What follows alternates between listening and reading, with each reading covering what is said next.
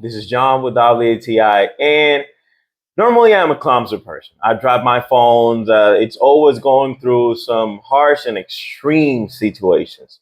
So that's why I need some great protection when it comes to having my phone and staying clean and neat. And this is with this LK screen protector works into it. So one of the things that I like the most is that as this is not a glass screen protector, this is TPU. It is a soft but at the same time resistant plastic that would take care of your phone without taking too much hardness on your screen.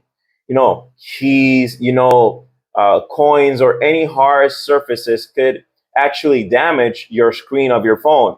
But with this guy, you have a soft sensation that is gonna be so easy to scroll that is gonna feel like butter.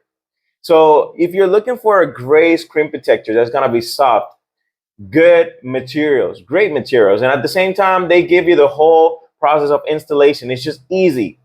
And at the same time, they will give you a glass screen protector for the backside of your camera for your lenses. This is great.